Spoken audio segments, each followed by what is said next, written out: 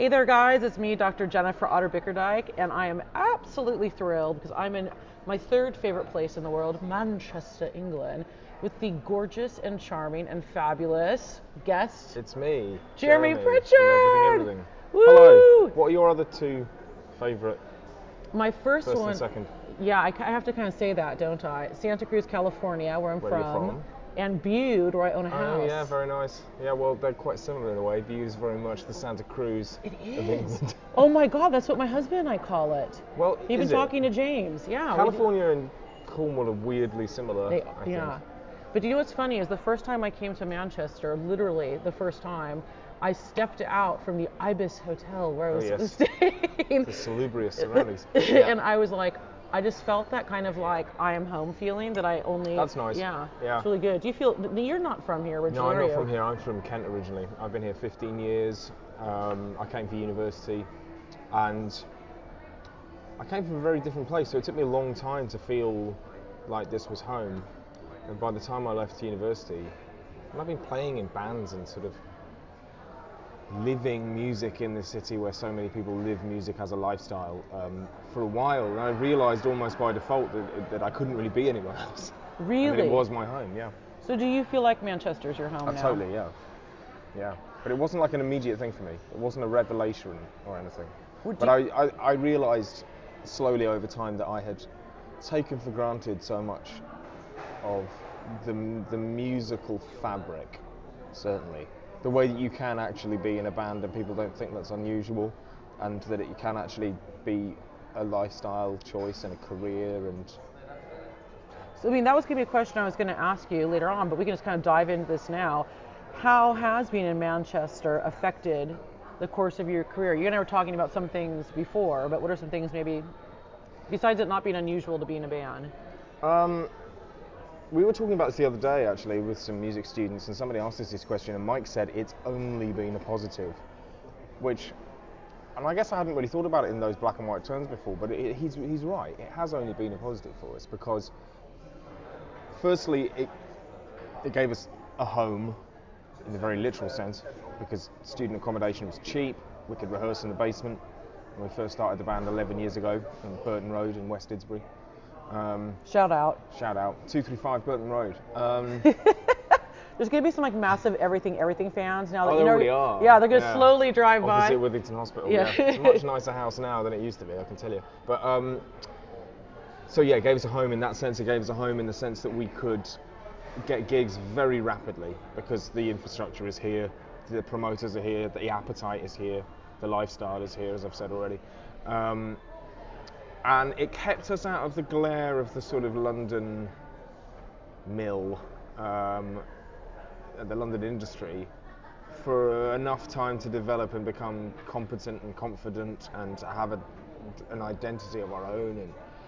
And Can I comment on that really quickly? Please. I mean, one thing that I find, sad, I think is probably too dramatic, but I do find it a little bit sad, is the YouTube culture now. And that is, you play a gig, someone tapes it on their phone, and then they put it up on YouTube, and you're being critiqued and judged, as a baby band before you've even had a chance. Although I still think that is true, to some extent. I think that the number of people that are actually going to seek that out are pretty minimal.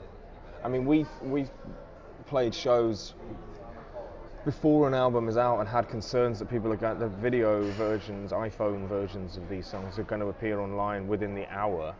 But it doesn't really take any shine off the moment that you release a record. Because the very, very rabid fans are going to seek that out. And fair enough. They're not going to buy the album as a result. I think there's only an overlap between the people who are most interested in your music there, if you see what I mean. But you're right, there is the sense of the temporary and the live and really it only existing in the moment has sort of gone forever, really. But that's a wider issue. Do you dork out, or did you early on walking like, these are the streets that my heroes walk down? Yeah, I did a bit, and I was probably the person who was most susceptible to that because I'm a huge Smiths fan, despite the challenges it has presented recently, to say the least. But I was a huge Smiths fan, Joy Division fan, I was an Oasis fan massively when I was a kid as well. That band kind of taught me to play guitar, really, because the songs were so accessible. Those are still some good records, though. Oh, God, those first two. Yeah, oh. amazing. Yeah, I still think they're a great band, really, in their own way. But at the same time, when we started Everything, we were so sick of the sort of the script at that point, the Manchester legend, because it was retrogressive and it was about then and it wasn't about now, and I think there was a kind of growing consensus around that at that time. So there are the new bands at that point, Egyptian hip hop and Dutch Uncles and Delphic to some extent as well, were kind of all saying the same thing and feeling the same thing, and they wanted to just kind of rewrite the modern version of Manchester. And what is that, do you think? It's actually in exactly the spirit that Factory would have launched itself in the late 70s. It's about modernism, it's about futurism, it's about looking forward. It's not about saying, oh, I came to the Hacienda in 1990 and it was great, and then 3 years later I bought a Parker and that was great too. It's not about that, because even when we started the band, that was 15-20 years hence. So I thought a lot of that problem at the time came down to the fact that the London-centric music media, the commissioning editors, were all of a certain age. They'd all got on the train to come to the Haas in the late 80s, early 90s. That was their version of Manchester. They all went to see Oasis at Main Road in 95. That was their version of Manchester as well, or 96. And then it hadn't really moved on beyond that. And actually, there's always been something else happening. There's always been a kind of bleeding edge here. And it was going undocumented for a while. And I think we helped to change it, but I don't think we changed it overall, really. I think that's still people's overall takeaway. I think what's good there too, though, is that kind of referencing. You're referencing back to obviously Tony Wilson and the whole Factory movement, which is based upon thinking and pushing the boundaries. Yeah. And then somewhere along the line that got bastardized, and it became abused by some of its proponents to be a retrogressive, nostalgic thing, and it shouldn't ever have been that.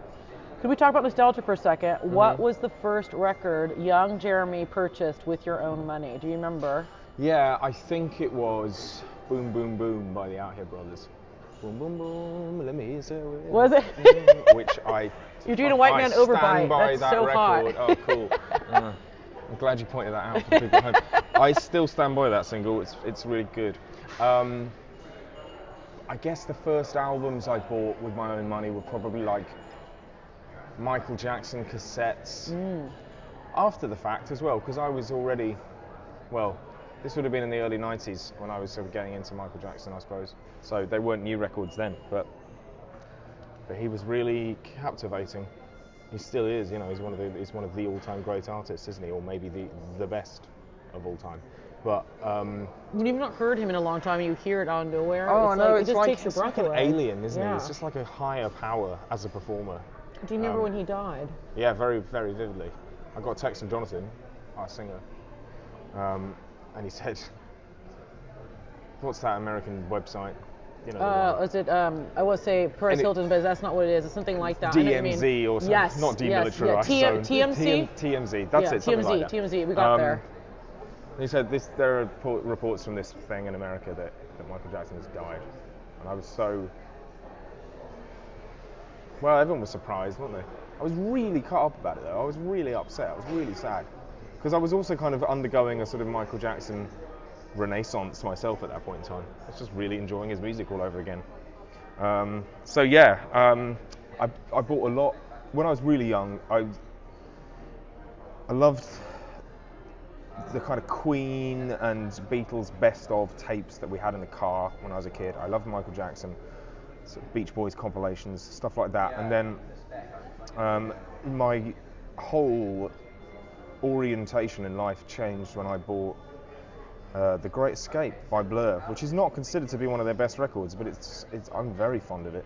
What are the singles off that people know? Stereotypes, Charmless Man, Country House, famously, of course, is on that album. I do like Charmless Man, though, yeah. But Love the cover beyond art. the singles, great cover, great artwork.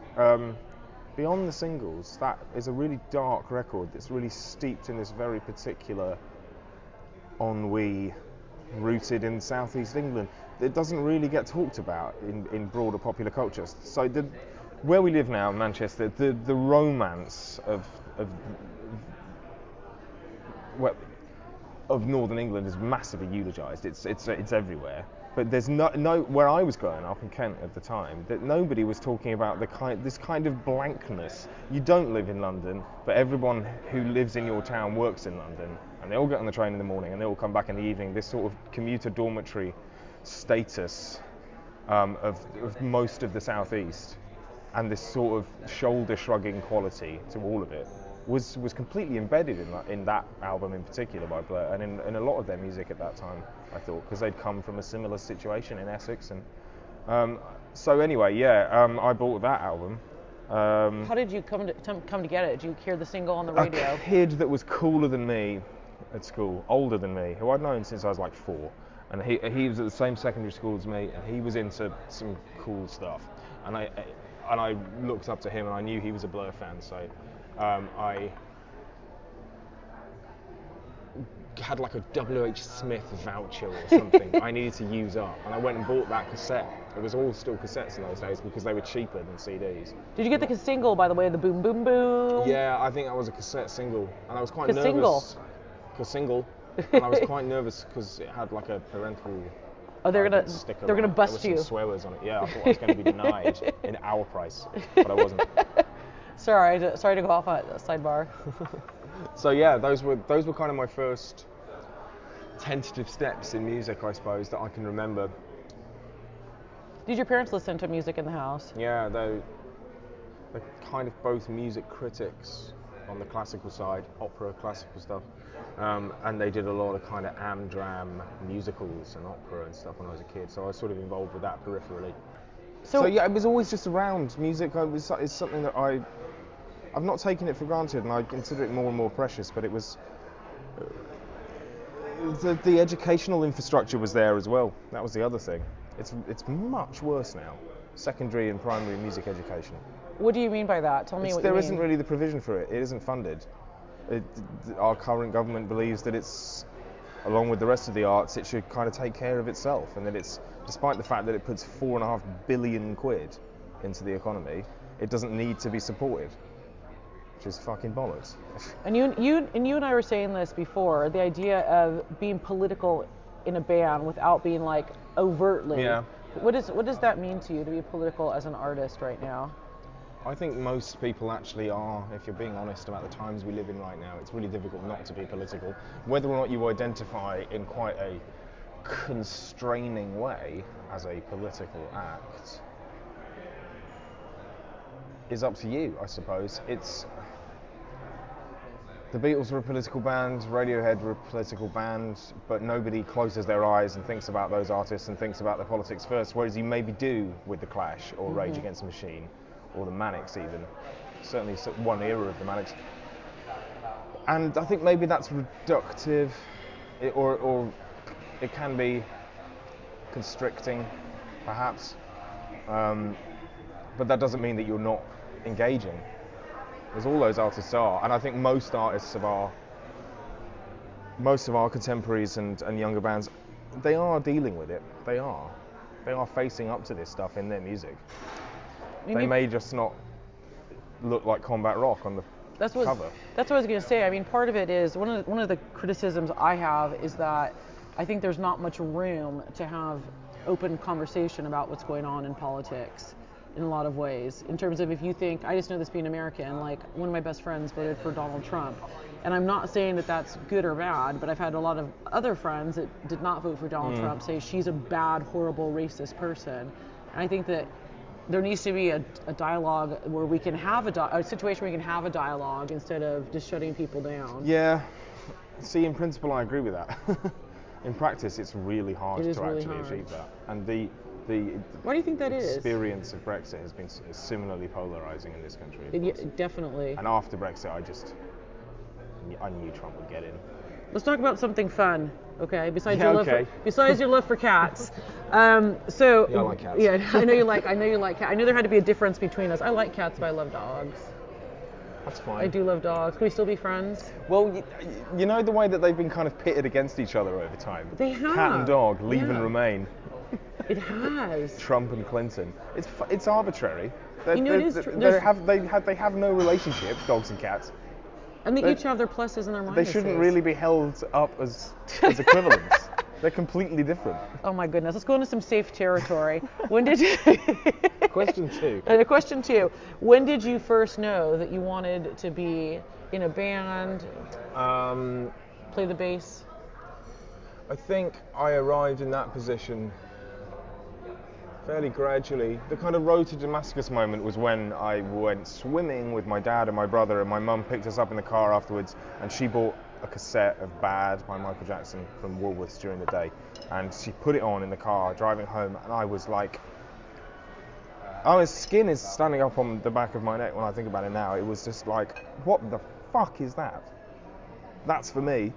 It was extraordinary. It really was. I can remember how I felt. I was about 7, I think. Does it have Man in the Mirror in it? Yeah, it does. Yeah. That's such a good song. And I was specifically thinking about the title track because it's so mean and purposeful, and it has this perambulating bass line, as does Smooth Criminal. And those 2 songs I listened to so much back to back on the same cassette that part of the tape kind of got crispy. Actually, no, the songs kind of blended. No. In a really weird way. So sometimes when I listen to either of those tracks now, I can hear how my original version of it, my original copy, was kind of warped from listening to those 2 songs over and over again so much. Yeah. So there was that, and then in the mid-90s, when I was like 11, 12, guitar bands were big, and people were buying guitars at school, and people were buying drums, and I was already playing the cello in school orchestras and stuff. So I kind of understood the role of the bass instrument. School had an electric bass, which was obviously cooler than the acoustic guitars they had. So, and I ended up doing it that way, and I think it was about wanting to join in, really. It was about doing the thing that nobody else was doing at that point, because no one starts off being a bass player. You want to be the singer or the drummer or the guitarist because they're the more glamorized, physical roles, really. And I just ended up playing bass because nobody else was. And I think there's a lot to be said in the mindset of bass players about joining in and picking up the slack and doing the donkey work in a way. But it's so. But you were just talking about those 2 songs by Michael Jackson. Without that bass line, those songs would be nothing. There's probably something to. Exactly, and I think they made me understand the power. Almost in retrospect, they made me understand the control you have over the music. I like that. Yeah. That's a good soundbite right there.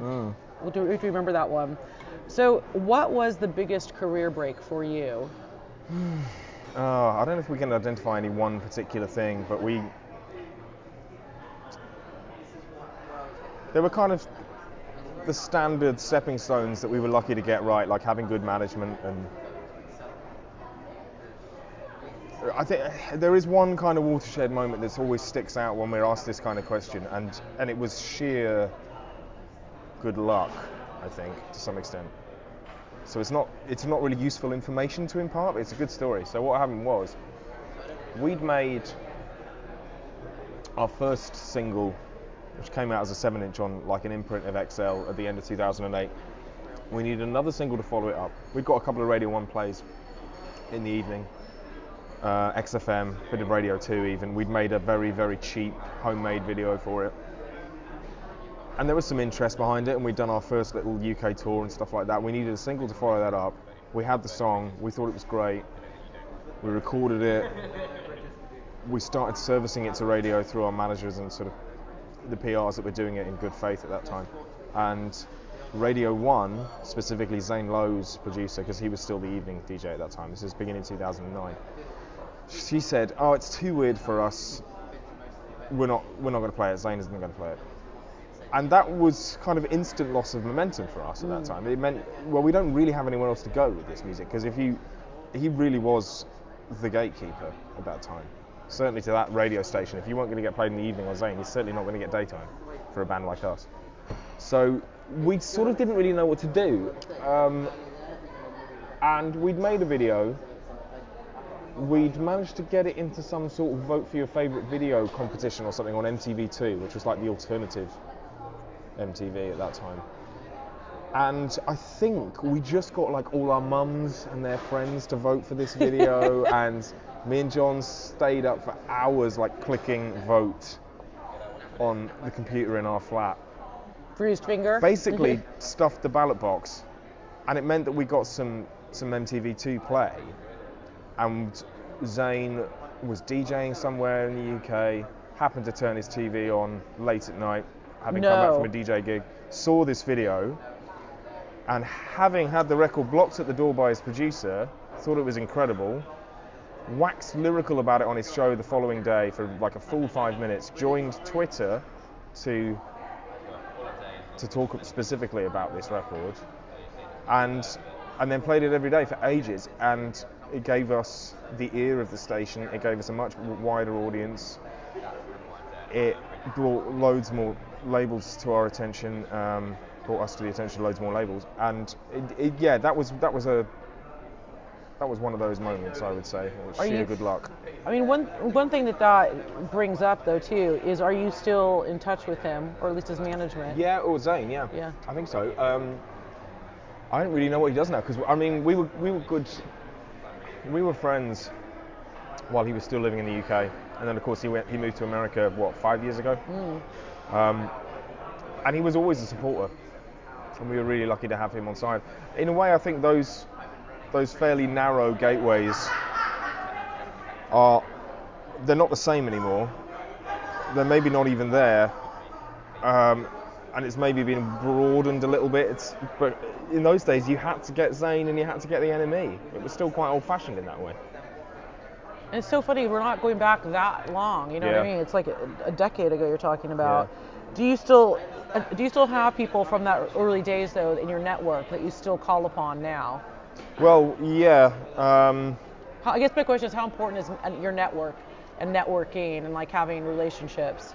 It's hugely important. I mean, Mark Riley, for example, was one of the first DJs to play us on the radio, Six Music DJ. He'd invited us in for sessions before we'd ever been played on Zane, so he was on us really quickly. We're still good friends with Mark now. He's still a big supporter of the band, and that was a personal relationship as well as a sort of musical admiration thing. You know, we see him in the pub. You know, that's really nice. Manchester's good for that as well. You know, because it's the sort of big city as little village vibe here with the scene. It's a very accessible, friendly, accepting, welcoming, warm place to be. You know, going back in time, unfortunately, I did not go up and say anything, but I remember one time, probably like 6 years ago now, I saw Mark E. Smith out at a pub, and I was just like, total stalker, just like, oh my God, it's Smith. And like, I couldn't believe he was just there. Yeah, and he is just around, you know. Well, no, he's not. Bless him. And that was, even when I was just still a student at Salford Uni, you'd see Manny from the Roses when you went out. Really? He was in the clubs. He'd be dancing to his own records in the indie clubs like the rest of us. It wasn't some higher strata that these people existed on, you know. Did that make it seem attainable? Like you have this idea of what you want to do? Exactly, and actually a lot of the kind of us and them glamour, a lot of it's imaginary. Some of it may exist in London, but it just doesn't exist here. It's because you guys put curry on your. That joke totally did not work. You know I know you're getting at. You know, you know I'm going. Chips, curry sauce, yes. Okay, what does a normal day look like for you now? Well, there isn't one really. I mean, it really depends what we're doing, what kind of mode we're in as a band. Do you get up at the same time every day? No, God no. No, okay. I mean, I do when I'm at home, I suppose, vaguely. Actually, if my partner hears this, she will massively dispute that. There isn't one. Touring, depending on what kind of touring you're doing, if you're doing long European or American bus tours, there can be a certain rhythm to the day. You'll wake up late, you'll shower, you'll at the gig, and you'll sound check, and you'll maybe get to see a little bit of the town that you're in, and then you'll play the show in the evening. There's a certain pattern to that. Festivals, it's different every day. writing, if you're working in a concentrated way and you're starting in the studio at 10:30 every day and you're finishing at 5, there's a pattern to that. But in between, there's no method really. No, I don't actually find that unsettling really. I think routine is important. Some people really need it. I need it a bit, but I don't need it that much. I only need it in small doses at a certain amount of time. One of the great things about being in a band and touring as well is that it's never the same day twice. You know. Having said that, in the broader sense, it's always the same day. I was gonna say, are you sick of playing some of the big hits yet? Yeah, some of them a bit. I think we are. We did. We've got enough records now, enough songs to kind of rest some of the older material indefinitely. Not that we're going to retire the songs or anything like that, but some songs we feel suit us less well at this particular point in time, whereas other songs that maybe we hadn't played for 3 or 4 years or more have re-emerged and recontextualized by what we're doing more recently. So the song our second record called Choice Mountain, and when we started rehearsing to tour our fourth album, we were like, oh, maybe it'd be nice to dust Choice Mountain off because it's been a while. And then we realised that our fourth record is called A Fever Dream, and there's a line in the song that contains both those words, fever and dream, that was kind of foreshadowing it. And we didn't even realise it until we were rehearsing it, but that's probably why it kind of pushed back through our subconscious and seemed relevant again. So there are songs that will do that, you know, and I fully expect that to happen to Photoshop Handsome, say, which we haven't played for years, or Final Form, which we haven't played for years, things like that from our first album. There are lots of songs from the second record we haven't played for 5 or 6 years as well, and at some point they will arrive. What is the writing process like for your band? I know that you probably get asked that all the time, but I know that the BIMM students would like to know that. Where it's ended up is not how it started. We were at the first record by John demoing things basically in MIDI, and then we would kind of unpack them as a live band, develop them, record those versions, kind of embellish them based on the original MIDI ideas, because we didn't have a keyboard player. Then the second album we wrote much more as a live band, having toured for 2 years and kind of starting to value that version of ourselves a bit more, and we wanted to make a more open sounding record with fewer overdubs, fewer parts cluttering each other. And then on the third album, the newer process of Alex writing and then John top-lining it and taking the songs quite far before we even got into a rehearsal room, or vice versa, there would be a kind of back and forth between those two, between John and Alex, became much more useful to us. We realised how well that has worked. So on the last 2 albums, that's basically been the process. And then the playing the songs together as a live band and recording them as a secondary stage, really. The demos are much better developed than they used to be. What was your biggest surprise about touring as much as you have? Like touring in the US, you and I were talking about. What's been your biggest thing, like when you were starting out, doing massive tours like that surprised you? What's the surprise? I don't know if any of it's been surprising per se. I mean, sometimes your environs are surprising, because I'd never been to America at all before. We'd certainly never played tours out there before. So that's exciting, you know. The travel is a privilege, really. The transit itself, per se, is not so much. You know, sitting on planes and buses and being cooped up in that way is not so great, but you get to end up in these amazing places as a result. And sometimes you see absolutely nothing of them, and sometimes you get to be in them for 3 days at a time. So it varies. I would never have been to Japan or Australia or South Africa or loads of the places we'd been if it wasn't for being in a band. So yeah, that China was surprising. Are the fans different in all different countries you go to? Sort of, yeah. The American fans are very demonstrative, as you'd imagine, and we like that. And the British fans and European fans are a bit more shy, and we like that too. You know, it does differ. I think just national sensibilities differ generally across the world, and that's quite nice. Have you seen any band tattoos on people? Yeah, I have actually. There are a few out there. Yeah. Are they any of your face? Not of my face, thankfully. Not yet. My name is there. Oh, my signature is on somebody. Yeah. Really? Somewhere. Yeah, there's a girl in New York who got all our signatures tattooed on different parts of her. What is that like to be like literally part of someone permanently, so physically? Yeah, it's funny, isn't it? I don't know how I feel about it. Obviously, I'm kind of massively honoured and touched by it. On the flip side, it doesn't make us feel like, oh, we've arrived. No, or famous or anything like that. I mean, what's weird about that, like as I was asking you that, I thought at the same time, like you and I are both like, oh my God, we have this relationship with the Smiths. It's an indelible part of who we are. Yeah. So that's in a way almost just, if not more, meaningful. You know what I mean? Yeah, totally. And I think one of the things that was great about the Smiths is, despite the fact that they're a huge band, and literally everyone in this room we're sitting in now has heard of the Smiths and has heard the Smiths, they, for their biggest fans, still feel like a secret. Like you will feel the way I feel about the Smiths, which is they're for you,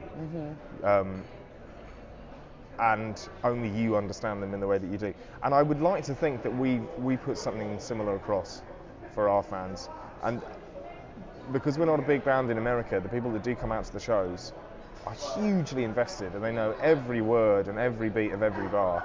And there are no rubberneckers really. We play bigger shows in this country, and it's more diluted. It's great because you have a big gig, sense of occasion, sense of ceremony, all that. But there won't be the sort of 100% intensity range that you get at smaller. The songs mean so much to these people. Yeah, because we're a more rarefied thing in America and in other places like that. So that's cool. You know, we play much smaller gigs out there, but they're kind of very intense. I think that's a really cool thing to aspire to and aim for. Yeah. How do you think the role of musician has changed in the last decade? Oh man, infinitely really. I mean, we notice every time we put an album out how the goalposts have moved. Further and harder, or different. It's just in a different place. Where you focus your time and effort and money the previous time won't be where you will focus it the next time, you know. And the way people consume music is changing all the time. The formatting is changing all the time. We did a cassette pressing of our last album for the first time. Really? Yeah, 500 cassettes. They sold really quickly. Really? Yeah. Gone. So people are buying that stuff. There was no question of us doing that in 2010 on Man Alive, on our first record. No way. There would have been no question of doing it from the mid-90s onwards. And then on our fourth album in 2017, the label say, actually, we think we should do a cassette as well as vinyl and CD. So that's a very small example of the ways in which consumption changes. Of course, the big story in the changing way that people consume music is streaming, massively. And so we've really noticed the rollout of an album. There isn't really a right or wrong way to do it anymore. There's an argument that says you should just put the whole thing online wholesale, no singles, because you're only diluting people's attention span the longer you drag it out. There's an argument that says you should do 8 singles before the album, because as soon as the album arrives, which is kind of what the Arcade Fire did, as I understand it. As soon as the album arrives, it's going to live in people's consciousness for a maximum of 1 week, and then they'll be on to the next thing. So drag it out as long as you can. How depressing as a band. But there isn't really a right or a wrong way to do it. And we've ended up doing 1 single in, 2 singles in, nothing very adventurous particularly. But streaming culture is quite quixotic. It's really difficult to make an album last in people's consciousness for as long as it lasts for you on the road. An album's lifespan is much greater on the road than it is in people's headphones. in my experience. And that doesn't mean that they won't come to shows and stuff, or that their interest in the record won't be reignited by seeing you live 9 months down the line or whatever. Of course that happens. But we were conscious of that writing our third album, having toured our second record, and being conscious of how we wanted to make an album that was going to really work in the live arena for that very reason. So you can keep on hitting the tour. People will go see you once and be like, oh my God, amazing, I have to see it. They come back. Yeah, but also because we have to live with those songs 18 months on the road. Yeah. And we want them to function in that area as well as they do, thank you, on your headphones or whatever. So that's an aspect. That's a long touring arc, 18 months. Yeah, that's kind of typical for us, I would say, from just before the album drops until the end of the campaign. How do you stay together as a band? What are the tips? Oh man, we're still learning that ourselves, you know. It's adaptability, I think, and loyalty, and patience, and understanding that as you get older, people diversify, but harnessing that to the good rather than allowing it to divide you. And that's a constant challenge, but we've managed it so far. That's it really. That's all I can say. I think it's an ongoing negotiation that for any band. You could ask Radiohead that. Ask the Rolling Stones that. You know, they won't really have any more detailed answers. I don't think. We spend so much time together, and we also spend quite little time together outside of the actual immediate business of being in the band together. So because we see so much of each other on the road, and because being in the band is sort of like your social life as well. So there's no real demarcation, but it's quite rare that one of us will phone each other and say, let's go to the pub, without there being that being attached to the fact that we're on tour already, or that exactly. There isn't really a clear line, so that's kind of one of the remarkable things about being in a band. We've really struggled to explain to people who aren't in bands what that relationship is like, because your friends, your collaborators, your business associates, you live together in close confines, in very close confines, and all of those things are kind of mutually contradictory, mutually exclusive, shouldn't really work together. So there isn't really an equivalent situation. It's a really strange set of circumstances being in a band. I mean, literally, you're in closer circumstances than you are when you're married. Yeah, like not totally. Being funny, you know what I mean? And the intensity of time, and how much is riding on that relationship. Yeah, isn't totally. it? Yeah, you know, and other people's livelihoods ride on that relationship. Yeah. What is your proudest accomplishment? I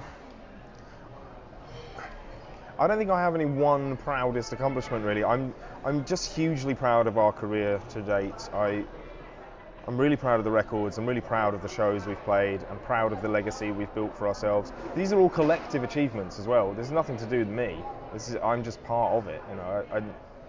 So yeah, I mean, I'm proud of all of it really. I can't really narrow it down because it's all just part of the same big snowball really.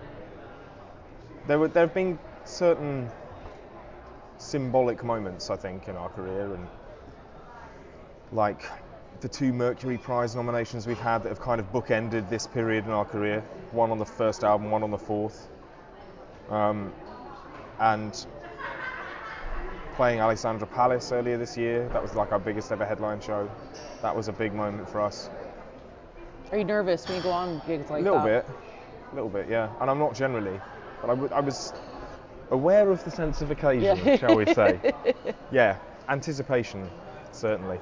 And, you know, some big shows at some of the festivals you grow up aspiring to play, like Glastonbury.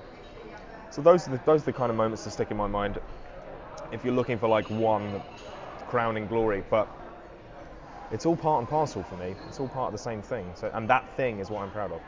What is the biggest challenge, do you think? Of being in a band? Being an artist today. Surviving. Continuing, I think, is the biggest challenge. Surviving in every sense, remaining relevant to yourself and to your audience and to people that haven't heard you yet. Surviving in the financial sense even. Although I have to say, we do okay. We're pretty well remunerated, I think, for what we do. At least I feel that way. I don't think the others do, but we're lucky to have called this our living for nearly a decade, and none of us have had any day jobs in that time. We've done other work, Alex does like production work, and we DJ, we do bits of session work, but it's all music stuff, and it's all because of being in this band together. So there are kind of other areas of income and stuff, but we don't really rely on that in the way that we do with the band. So yeah, it's that's a massive accomplishment in itself. I know, huge. And we know bands that have been as successful as us who have not been able to say the same thing. Yeah. For whatever reason, and I think we were really lucky with our timing. We were one of the last bands to sign a relatively lucrative, relatively traditional major label deal in 2009. People aren't really doing those kind of deals anymore. We've also been quite savvy, I have to say. To some extent, we've made our own luck and all that.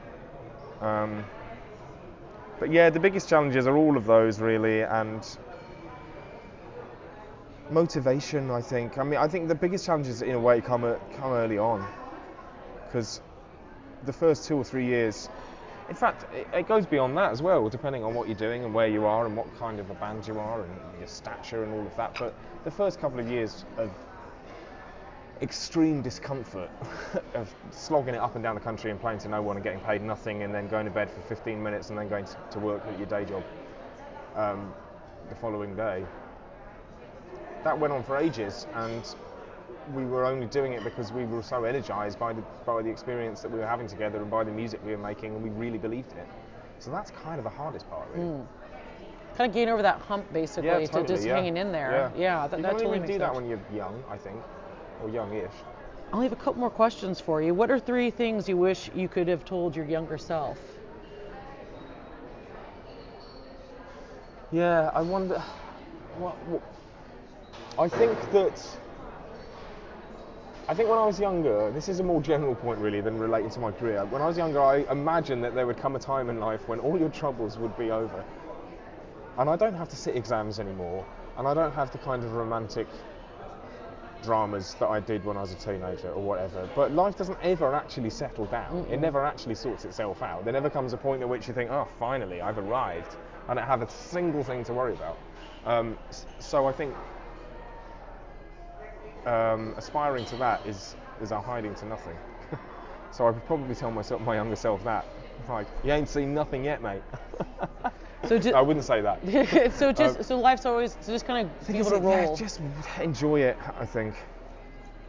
And it's not that I didn't enjoy the early part of our career or anything like that. I really did.